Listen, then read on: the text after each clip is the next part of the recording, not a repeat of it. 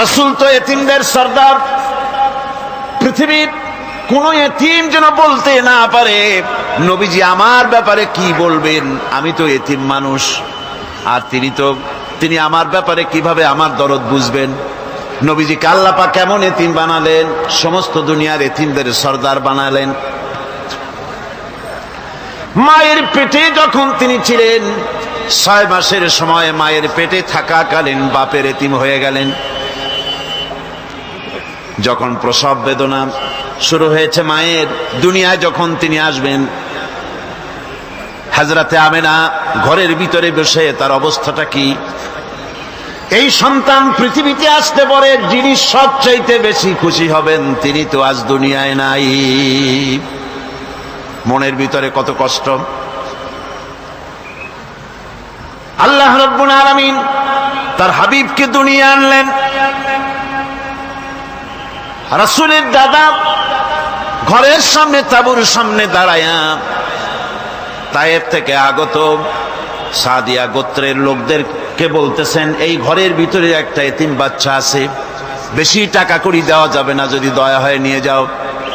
গরিব মানুষ, এতিম মানুষ দেখে শুনে কেউ আর নিতে চায় না। সবশেষে এলেন ভাগ্যবতী মেয়ে, ভাগ্যবতী মহিলা হযরতে হালিমাতুস সাদিয়া। তিনি এসেছেন, কোনো ছেলে পেলে পায় নাই, সকলের শেষে তিনি এসেছেন। আব্দুল মুত্তালিব বলছেন, এই ঘরের মধ্যে একটা এতিম বাচ্চা আছে, দয়া হলে নিয়ে যেতে পারো।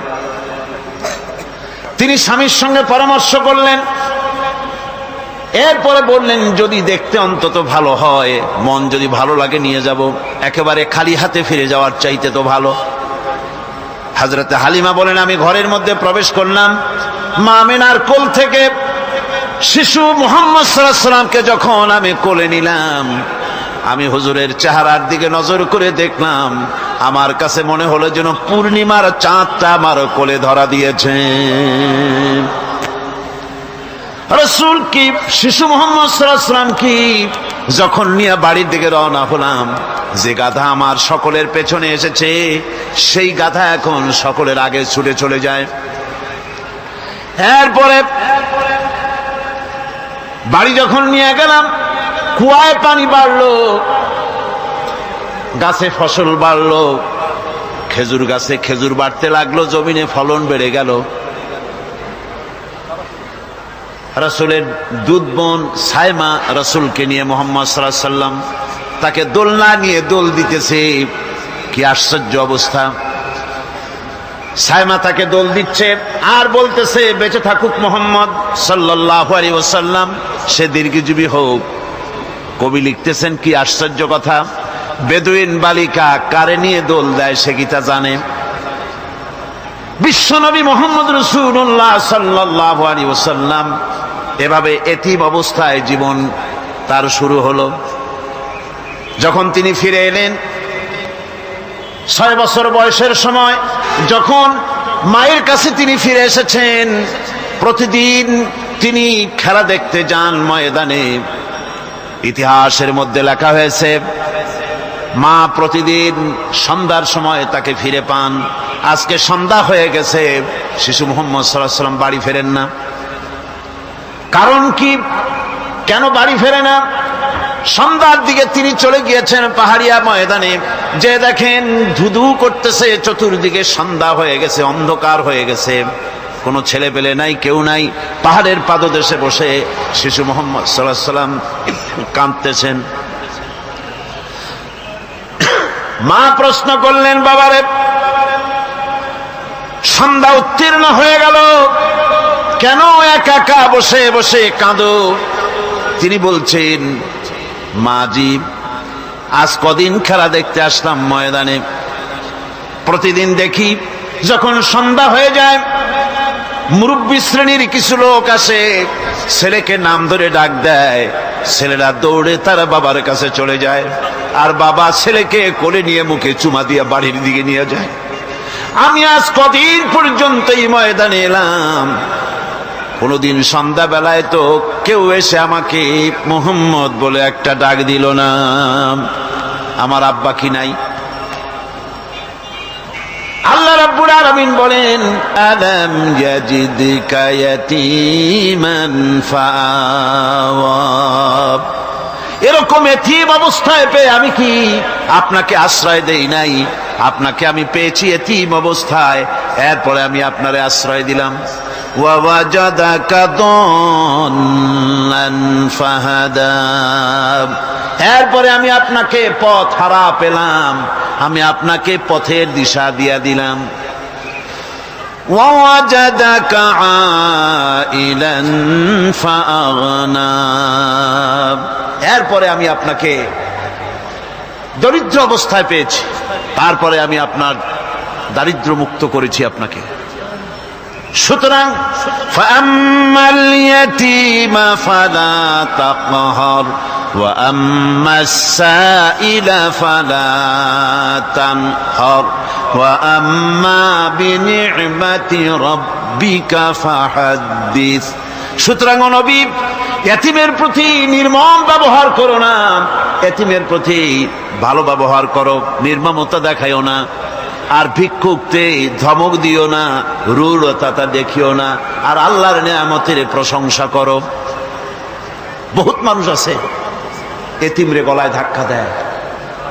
মানুষ যখন ভিক্ষা নিতে আসে, গরিব মানুষ ভিক্ষা চাইতে আসছে, ওই মেয়ে আত্মাহিত জানো, দোয়া কুনুত জানো, বাড়ি যেয়ে কাজ করবা, এই সব আজে বাজে কথা বলে ভিক্ষা দেয় না। সাইলকে ধমক দিতে রাসূল করিম সাল্লাল্লাহু আলাইহি ওয়াসাল্লাম নিষেধ করেছেন, সাইলকে ধমক দিও না। গাড়িতে বসে যাচ্ছেন সাহেব, ট্রাফিক মোড়ে যখন সিগন্যাল জ্বললো, গাড়িগুলি দাঁড়ায় গেল, ফকির এসেছে, হাত নাই পাও নাই, বুড়া মানুষ, একটা পয়সা বার করে না। আবার এই মানুষটি ওই ফকিরকে ধমক দিয়া বার করে দিল। এরপরে এই লোকটি যখন কোনো মাজারের কাছে পৌঁছে গেল, 500 টাকার কড়কড়ে নোটটা ফেলে দিল। বলেন টাকা দরকার কার? মরা মানুষের না জিন্দা মানুষের? কার দরকার? যার টাকা দরকার ছিল তারে দেওয়া হলো না, যার দরকার নাই তারে দেওয়া হলো। এরপরে লোকটা না খেয়ে যখন মারা গেল, পথের ফকির, রাস্তার ফকির, না খেয়ে মারা গেছে। এরপরে তার কাফনের কাপড় নাই, লোকটাকে রাস্তার উপরে শোয়া একটা ছেঁড়া কাপড় দিয়ে ঢেকে রেখেছে। বড় লোকেরা, সাহেবরা তখন গাড়ি দাঁড় করে আর 5টা টাকা 2টা টাকা করে তার লাশের উপরে মারতেছে। এটা মানবতার এর চাইতে লাঞ্ছনা, মানবতার জন্য এর চাইতে গঞ্জনা আর কিছুই হতে পারে না। মানবতার প্রতি লাঞ্ছনা, এর থেকে আর দুর্গতি কি হতে পারে?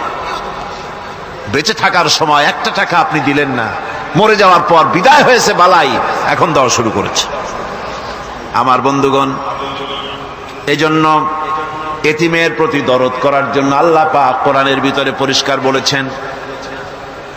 রাসূল করিম সাল্লাল্লাহু আলাইহি ওয়াসাল্লাম নিজে এতিম ছিলেন, আর এতিমের প্রতি তার এত দরদ ছিল, একবার তিনি ঈদের দিকে নামাজ পড়ার জন্য যাচ্ছেন।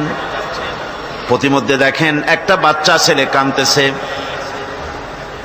এই রাস্তায় কত মানুষ গেল, কেউ দাঁড়ালো না থমকে, বাচ্চার ক্রন্দন কাউকে থামাইতে পারলো না। কিন্তু বিশ্ব নবী, দয়ার নবী রাহমাতুল লিল আলামিন বাচ্চার কান্না দেখে পাও বাড়াতে পারলেন না। নবীজি দাঁড়ায় গেলেন, জিজ্ঞেস করেন, ও বাচ্চা, ঈদের দিনে কাঁদো কেন? ঈদের দিনে তো কাঁদতে নাই। বাচ্চা বলে, তোমার কাছে বলবো না, আমি সেই সকালবেলা থেকে বসে আছি, আমি যদি মক্কার আব্দুল্লাহর পুত্র মুহাম্মদ রাসূলুল্লাহ সাল্লাল্লাহু আলাইহি সাল্লামকে পাই, মনের দুঃখ তার কাছে বলবো। বিশ্ব নবী জমিনের উপরে বসে পড়লেন, বাচ্চারে কোলের উপরে উঠায় বলেন, বাচ্চা বলো কি তোমার দুঃখ? তুমি যার জন্য বসেছো আমি তো সেই এতিম নবী, কি বলতে চাও? বাচ্চা বলতেছেন, ইয়া রাসূলুল্লাহ, আমার বাবা মারা গেছে। সেই ছোট্টবেলায় একেবারেই তখন মায়ের পেট থেকে আমি আসার পর বাপ মরে গেল, আমার মা আর একজনের সঙ্গে বিয়ে বসেছে। সেই পুরুষটি আমারে দেখতে পারে না, আমার মা যদি আমারে কোলে করে এসে সহ্য করতে পারে না, আমারে চুমা খাইলে সহ্য করতে পারে না, আমারে খাবার দিলে মা মার খায়। আজ ঈদের দিনে রাতে আমার মা আমাকে বলল, বাবারে তোমার কপাল খারাপ, তোমার বাবা মারা গেছে, তোমাকে সাহায্য করার কেউ নাই, আমি তোমার যত্ন করতে পারলাম না, কোলে নিয়ে সুমাও দিতে পারি না, আমার এমনই কপাল খারাপ। সুতরাং এতিমের দরদ এতিম ছাড়ার কেউ বুঝবে না। তুমি আজ চলে যাও, ওই রাস্তায়, ঈদের রাস্তায় দাঁড়ায় থাকো, মাঠের রাস্তার পাশে, বিশ্ব নবীর কাছে তোমার দুঃখ বলো, এতিমের দুঃখ তিনি বুঝবেন। আমি মায়ের কথা মতো এই জায়গায় এতক্ষণ বসে আছি, হুজুর আপনি দয়া করে, আমার কথা তো আপনার কাছে বললাম, আমার মনের এই দুঃখ। নবীজি বাচ্চার কথা শুনতেছিলেন, চোখ দিয়া পানি পড়তেছিল, বাচ্চাকে বুকের সঙ্গে জড়িয়ে ধরে নবীজি বলেন, ও এতিম, মুহাম্মদ সাল্লাল্লাহু আলাইহি ওয়াসাল্লাম যদি তোমার পিতা হন আর হযরতে আয়েশা যদি তোমার মা হয়ে যায়, বলো তোমার মনের দুঃখ মেটে নাকি? ছেলে ডুকরে কেঁদে উঠলো আর বলল, ইয়া রাসূলুল্লাহ, আপনি যদি আমার পিতা হন আর আয়েশা যদি আমার মা হয়ে যায়, এর থেকে বড় সৌভাগ্যের আমার তো আর কিছুই নাই। নবীজি এতিমকে বাড়ি নিয়ে গিয়ে হযরতে আয়েশার হাতে তুলে দিয়ে বললেন, আয়েশা রে, পবিত্র ঈদের দিনে আল্লাহ রাব্বুল আলামিন তোমার জন্য একটা উপহার পাঠিয়েছেন, এটা যত্ন করো। এতিমের প্রতি দরদ রাখার জন্য আল্লাহ রাব্বুল আলামিন বলেছেন, এতিম, মিসকিন, বিধবা, অসহায় লোক, তাদের প্রতি যাতে করে মুসলিম সমাজ লক্ষ্য রাখে, সেজন্য আল্লাহ পাক নির্দেশ করেছেন। বুখারী এবং মুসলিম শরীফের হাদিসে এসেছে, আস-সাই আলাল আরমারাত ওয়াল মিসকিন কাস-সাই ফি সাবিলিল্লাহ। বিধবাদের জন্য, মিসকিনের জন্য কেউ যদি কোনো উদ্যোগ গ্রহণ করে, কেউ কোনো সাহায্য দেয়, জিহাদের ময়দানে জিহাদ করে আল্লাহর রাস্তায় যে সওয়াব পাওয়া যায়, যে মর্যাদা পাওয়া যায় আল্লাহর কাছে, এতিম, মিসকিন, বিধবাকে সাহায্য করলে সেই সওয়াব আল্লাহ রাব্বুল আলামিন আমলনামায় দিয়ে দেন। আমাদের প্রিয় নবী এতিম মিসকিনদের খুবই ভালোবাসতেন তার নিজের চাকর হযরত যায়েদ ও আনাস রাদিয়াল্লাহু তাআলা আনহুকে। সে সম্পর্কে এখন আলোচনা করা হচ্ছে। তার চরিত্রই প্রমাণ করে, নবীদেরকে বায়্যানাত দেওয়া হয়েছে, এমন চরিত্র, আচার আচরণ দেওয়া হয়েছে যাতে করে লোকেরা অভিভূত হয়ে যায়, আকৃষ্ট হয়ে যায়। হযরতে যায়েদ, তিনি তো কৃতদাস ছিলেন, হারায় গেলেন বাপ মা থেকে, আর এরপরে কুদরত তারে মুহাম্মদ সাল্লাল্লাহু আলাইহি ওয়াসাল্লামের ঘরে উঠায় দিল। তিনি তখনও আল্লাহর নবী, তখনও নবুয়তের দায়িত্ব পান নাই। যায়েদের পিতার কাছে খবর হয়ে গেল, যায়েদ আছে রাসূলের বাড়িতে, মুহাম্মদ সাল্লাল্লাহু আলাইহি ওয়াসাল্লামের বাড়ি মক্কায়। তারা এসে হুজুরের সঙ্গে দেখা করে বললেন, মুহাম্মদ সাল্লাল্লাহু আলাইহি ওয়াসাল্লাম, জানতে পেরেছি আপনার কাছেই আমাদের ছেলে যায়েদ আছে, মেহেরবানি করে তাকে আমাদেরকে ফিরায় দেন। হুজুর বলেন, যায়েদ যদি তোমাদেরকে চিনতে পারে আর যদি যেতে চায়, আমার পক্ষ থেকে কোনো আপত্তি নাই, অবশ্যই যাবে। তবে যায়েদ যদি যেতে না চায়, আমি এমন লোক নই যে কেউ আমার কাছে থাকতে চাইলে আমি জোর করে তাকে ঠেলেও দিতে পারি না, আমি তেমন লোক নই। পিতা বললেন, আপনি অবশ্যই যুক্তিপূর্ণ কথা বলেছেন। হযরতে যায়েদকে আনা হলো। হুজুর বললেন, তুমি কি চেনো এদের? কি? যায়েদ বললেন, চিনি, ইনি আমার বাবা, উনি আমার চাচা। যায়েদের পিতা বলেন, বাবারে বাড়ি চলো, তোমার মা কেঁদে কেঁদে হয়রান, চলো বাড়ি যাই, বাড়ির যা কিছু আছে সব তোমাকে ফিরিয়ে দেওয়া হবে। হযরতে যায়েদ বলতেছেন, পিতা, বাড়িতে যা আছে তাই শুদ্ধ, তামাম দুনিয়াটা যদি আমারে দেওয়া হয়, এই লোকটির কাছে থেকে যে ব্যবহার পেয়েছি, আমি এই লোকের কদম ছেড়ে যেতে পারি না। তার চরিত্রই প্রমাণ করে তিনি নবী, কি ব্যবহারটা পেয়েছেন। হযরত আনাস রাদিয়াল্লাহু তাআলা আনহু ছোট মানুষ, 8 বছর বয়সের সময় হুজুরের খাদেম হয়ে হুজুরের বাড়িতে আসছেন। আচ্ছা, 8 বছর বয়সের কিশোর ভুল তো করতেই পারে, গরম পানি চাইলে ঠান্ডা পানি এনে দেবে, স্যান্ডেল চাইলে জুতো আনবে, বিছানা বিছাইতে বললে উঠাই থবে, এটা স্বাভাবিক। কিশোর মানুষ, ছোট মানুষ। এবার শুনুন, বাইয়ানাত কারে বলেন?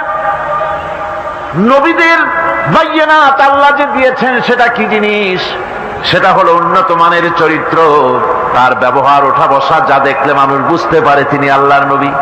হযরতে আনাসের মুখে শুনুন, হযরতে আনাস রাদিয়াল্লাহু তাআলা আনহু বলেন, একাধিক ক্রমে টানা 10টি বছর রাসূলের খেদমতের ভিতরে নিয়োজিত ছিলাম। 10টি বছরের ভিতরে একটা দিনের জন্য নবীজি আমাকে ধমক দিয়ে কথা বলেন নাই। এটা ধমক দিলেন না আমারে, এটা করছো কেন, এটা করো নাই কেন? সুবহানাল্লাহ বিহামদিহি। গোটা পৃথিবীর সমস্ত মুমিন মুসলমানদের, পুরুষ আর নারীদের জীবন, কলিজা, রক্ত রাসূলের কদম মোবারক উৎসর্গ হয়ে যায়। মহান রব্বুল আলামিনের কাছে তার হাবিব রাসূলুল্লাহ সাল্লাল্লাহু আলাইহি ওয়াসাল্লামের ছিল বিশেষ মর্যাদা। আসুন আমরা সে সম্পর্কে আলোচনা শুনি। আমার ভাইরা, রাসূল পাক সাল্লাল্লাহু আলাইহি ওয়াসাল্লাম আল্লাহর নবী এমন এক মহান সত্তা ছিলেন যে তিনি দোয়া আল্লাহর দরবারে হাত উঁচু করতে দেরি আছে, কিন্তু দোয়া কবুল হতে দেরি নাই। হিজরত করে মদিনায় এসেছেন, নামাজ পড়তে দিল চায়, কাবা শরীফের দিকে ফিরে যদি নামাজ পড়তে পারতাম দিলটা বড় ভালো লাগতো, কিন্তু হাত উঁচু করে মোনাজাত করতেছেন না, আল্লাহর কাছে বলতেওছেন না যে আল্লাহ তুমি আমার কিবলাটা বাইতুল মুকাদ্দাস থেকে ফিরাইয়া মক্কা শরীফে বাইতুল্লাহর দিকে ফিরাইয়া দাও, মুখেও বলতেছেন না, মনেও না, শুধু আকাশের দিকে বারবার তাকাচ্ছেন, মোনাজাত করেন নাই। মনে মনে আশা পোষণ করতেছেন যদি এমন একটা ওহী নাজিল হয়ে যেত। আল্লাহ রাব্বুল আলামিন সঙ্গে সঙ্গে রাসূল জোহরের নামাজ পড়তেছিলেন, 2 রাকাত পড়া হয়ে গেছে, এমন সময় ওহী নাজিল হয়ে গেল, ক্বাদ নারা তাকাল্লুবা ওয়াজহিকা ফিস সামা। ও নবী, আমি দেখতে পেয়েছি বারবার আপনি আকাশের দিকে তাকাচ্ছেন। সুবহানাল্লাহ, আমি দেখতে পেয়েছি। ফালানুওয়াল্লিয়ান্নাকা কিবলাতান তারদাহা ফাওয়াল্লি ওয়াজহাকা শাতরাল মাসজিদিল হারাম। আর দেরি নাই, আপনার মনের আশা পুরো হয়ে গেছে, এক্ষুনি আপনার কিবলা পরিবর্তন করুন। হুজুর 2 রাকাত পড়েছিলেন বাইতুল মাকদাসের দিকে ফিরে, বাকি 2 রাকাত তিনি মক্কা শরীফের কাবা শরীফের দিকে ফিরলেন। আজও পর্যন্ত সেই মসজিদ আছে, সাক্ষ্য দিচ্ছে নবীর কথা কিভাবে মঞ্জুর হয়। মসজিদে কিবলাতাইন মদিনা মুনাওয়ারায় সে মসজিদ আজও আছে।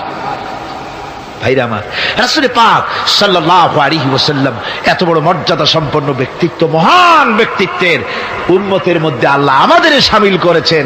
শুকরিয়া স্বরূপ আমরা পড়ি আলহামদুলিল্লাহ। জোরে সোরে পড়েন আলহামদুলিল্লাহ। আমার ভাইরা, মর্যাদা এত বেশি আল্লাহ রাসূলকে আল্লাহ রাব্বুল আলামিন দান করেছেন। এই পৃথিবীতে কোন মানুষের সঙ্গে যদি আপনি বেয়াদবি করেন, তিনি আপনার বাপ হোক, তিনি আপনার মা হন, অথবা আপনার উস্তাদ হন, অথবা আপনার পীর হন, যে কেউ হোক না কেন, কারো সঙ্গে যদি কোনো বেয়াদবি হয়ে যায় তো শুধু একটা বেয়াদবি ছাড়া আর কিছুই না।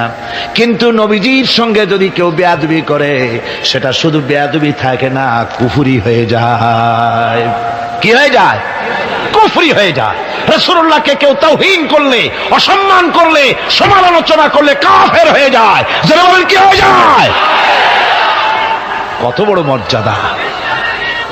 রাসূল পাক সাল্লাল্লাহু আলাইহি ওয়াসাল্লাম, তার সামনে সাহাবায়ে কেরাম বসা, হুজুর কথা বলছেন, সাহাবায়ে কেরাম তারাও কথা বলছেন। কথা বলতে বলতে এক পর্যায়ে সাহাবীদের গলার আওয়াজ বড় হয়ে গেছে, হুজুরের গলার আওয়াজ শোনা যায় না, সাহাবীদের গলার আওয়াজটা বড় হয়ে গেল। আল্লাহ রাব্বুল আলামিন এতটুকু বরদাস্ত করলেন, আমার নবীর গলার আওয়াজের চাইতে তোমাদের আওয়াজ বড় হলো কেন?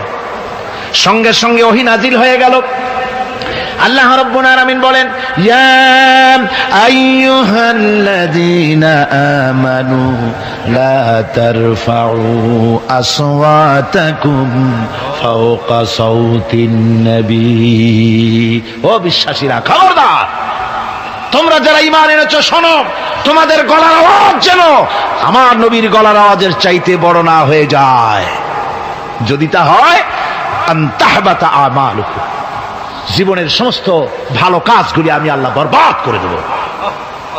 আজও পর্যন্ত এই আয়াতে কারিমা রাসূল পাক সাল্লাল্লাহু আলাইহি ওয়াসাল্লামের রওজায়ে আতহারের সামনে সবুজ সাইনবোর্ডের উপরে সোনার অক্ষর দিয়ে এই আয়াতে কারিমা লেখা রয়েছে। সুবহানাল্লাহ।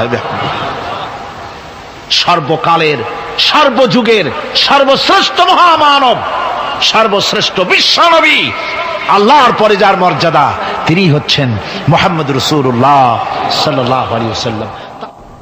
রাসূলুল্লাহ সাল্লাল্লাহু আলাইহি ওয়াসাল্লামের প্রতি মহান আল্লাহর ভালোবাসার অন্যতম নিদর্শন হচ্ছে মেরাজ। এর মাধ্যমে আল্লাহ রাব্বুল আলামিন তার বন্ধুকে নিজের সান্নিধ্যে নিয়েছিলেন। এখন আমরা শুনব সেই মেরাজের কাহিনী। দুলির ধরা থেকে রাসূলকে আরশে আজিমে নিয়ে যাওয়া হবে। বোরাক এলো।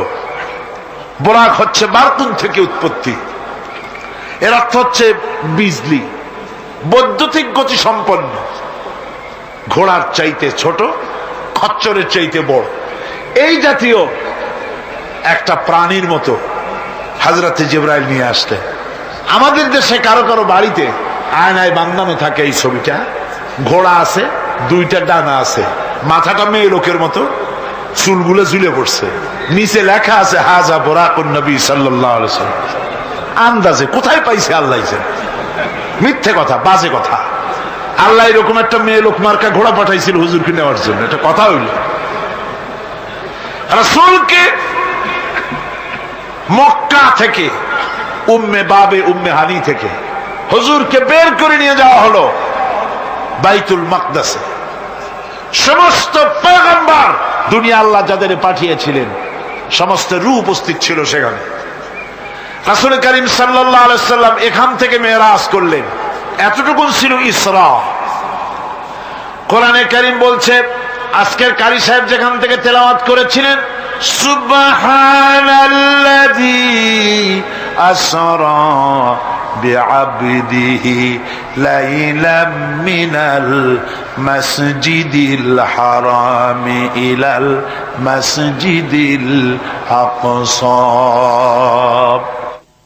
সুবহানাল্লাযী, সমস্ত দুর্বলতা, অক্ষমতা থেকে মুক্ত সেই সত্তা যিনি তার বান্দাকে ইসরা করিয়েছেন, মেরাজ করিয়েছেন। সুবহানাল্লাহ।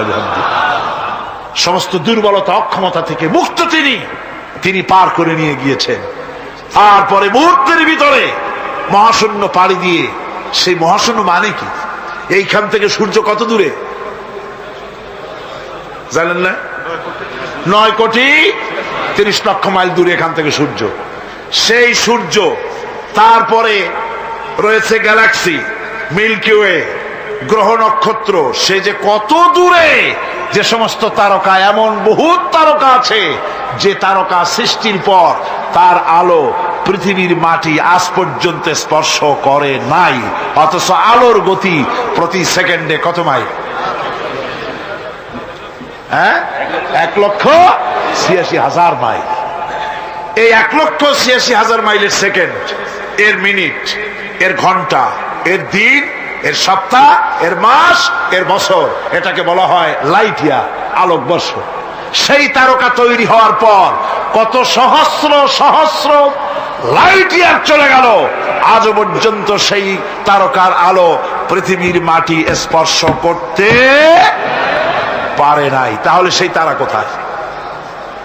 আল্লাহ রাব্বুল আলামিন তার হাবিবকে চাঁদ, সূর্য, গ্রহ, নক্ষত্র, মহাশূন্য পাড়ি দিয়ে, তারপরে 7 আকাশ পাড়ি দিয়ে সিদরাতুল মুনতাহা পর্যন্ত নিয়ে গেলেন। জোরে কোন সুবহানাল্লাহ। এবার সিদরাতুল মুনতাহা পর্যন্ত যাওয়ার পথে যত ঘটনা ঘটলো, সেগুলো আপনারা ইতিহাস থেকে পড়ে নেবেন, ওগুলি বলার সময় আমার কাছে নাই। সিদরাতুল মুনতাহায় যাওয়ার পর হযরতে জিবরাইল বলেন, আর আমি যেতে পারবো না, এটা হলো বিপজ্জনক বর্ডার।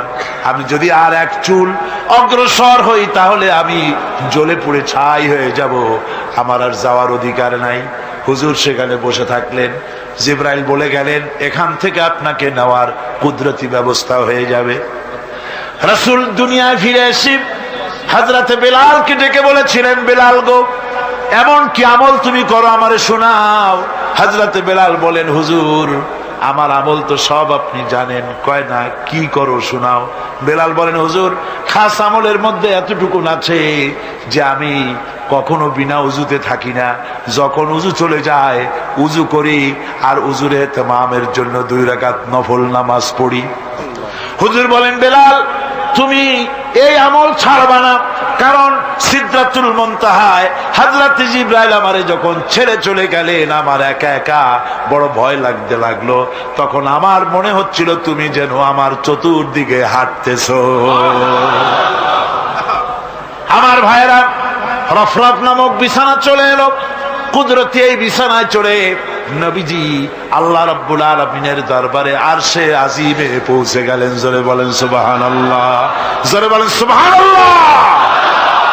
যেখানে পৃথিবীর কোন মানুষের যাওয়া সম্ভব নয়, গোটা পৃথিবীর মানুষের মর্যাদা আল্লাহ পাক বাড়ায় দিলেন, আরশে আজিমে হুজুরকে নিয়ে গেলেন। তারপরে তিনি কথাবার্তা হুজুরের সাথে কি বললেন সেই কথাগুলি নিয়ে আমাদের দেশে কথা হলো এই যে হুজুরকে নিয়ে আল্লাহ 5 ওয়াক্ত নামাজ দিছিলেন তো 50 ওয়াক্ত। মুসা আলাইহিস সালামের সাথে দেখা না হইলে তো কাম সারছিল, আমাদের আর উপায় ছিল না। আরে ভাই, শুধু নামাজ দেওয়াই যদি উদ্দেশ্য হবে তাহলে রোজার মতো তো আল্লাহ দুনিয়ায় বসে দিতে পারতেন কিনা, হজের মতো জাকাতের মতো পারতেন কিনা। শুধু নামাজের জন্য নয়, আল্লাহ পাকের কায়নাত দেখাবার জন্য আল্লাহ পাক তাকে নিয়েছিলেন। বেহেশত দেখাইছেন, দোজখ দেখাইছেন, ভালো কাজ করলে কিরকম শান্তি হবে, খারাপ কাজ করলে কিরকম শাস্তি হবে চোখে দেখাই দিয়েছেন মুহাম্মদ রাসূলুল্লাহ সাল্লাল্লাহু আলাইহি ওয়াসাল্লামকে। মেরাজ থেকে ফিরে এলেন, ঘরে এসে দেখেন উজুর পানি, উজু করে যে গেছিলেন উজুর পানি তখনও গড়াচ্ছে। যে দরজা দিয়ে বেরিয়েছিলেন দরজাটা ধাক্কায় তখনও কাঁপতেছে। যে বিছানায় শোয়া ছিলেন সে বিছানায় মানুষ শুয়ে থাকলে যেমন উষ্ণ থাকে সেরকমের উষ্ণ ভাব তখনও আছে। কেমনে হলো মাথায় ঢুকবে না। সুবহানাল্লাহ কোন ঢুকবে, জোরে কোন সুবহানাল্লাহ। এটার ব্যাপারে কোন বিজ্ঞান দর্শন যুক্তির প্রয়োজন নাই। প্রয়োজন শুধু এতটুকু, আল্লাহ তার হাবিবরে নেবেন, কত দ্রুত নিবেন, কত দ্রুত পাঠাবেন এটা তিনিই ভালো জানেন, আমাদের কোনো জানার কথা না। ঠিক কিনা কর? তবে দৃষ্টান্ত যদি চান তাহলে আমি দৃষ্টান্তটা এভাবে দিতে পারি, বুঝাবার জন্য একটা দৃষ্টান্ত দিতে পারি। সেটা হলো এই, ধরেন বাংলাদেশে কোনো প্রেসিডেন্ট আসবে, পৃথিবীর যে কোনো দেশের এক প্রেসিডেন্ট আসবে। এটা আসার যখন খবর হয়ে যাবে তখন পত্র পত্রিকায় রুট বলে দেওয়া হয়, এই রুটে রাষ্ট্রীয় মেহমান রাষ্ট্রীয় অতিথি ভবনে আসবেন, এই রাস্তা দিয়ে সাধারণ ট্রাফিক চলাচল বন্ধ থাকবে। এয়ারপোর্ট থেকে নিয়ে রাষ্ট্রীয় অতিথি ভবন পর্যন্ত মেহমান না আসা পর্যন্ত সমস্ত ট্রাফিক চলাচল বন্ধ। মেহমান পৌঁছে যাবে, তারপরে আবার স্বাভাবিক ট্রাফিক চলবে। এটা জানেন কিনা? এইটা যদি পৃথিবীর সামান্য সলিমদ্দি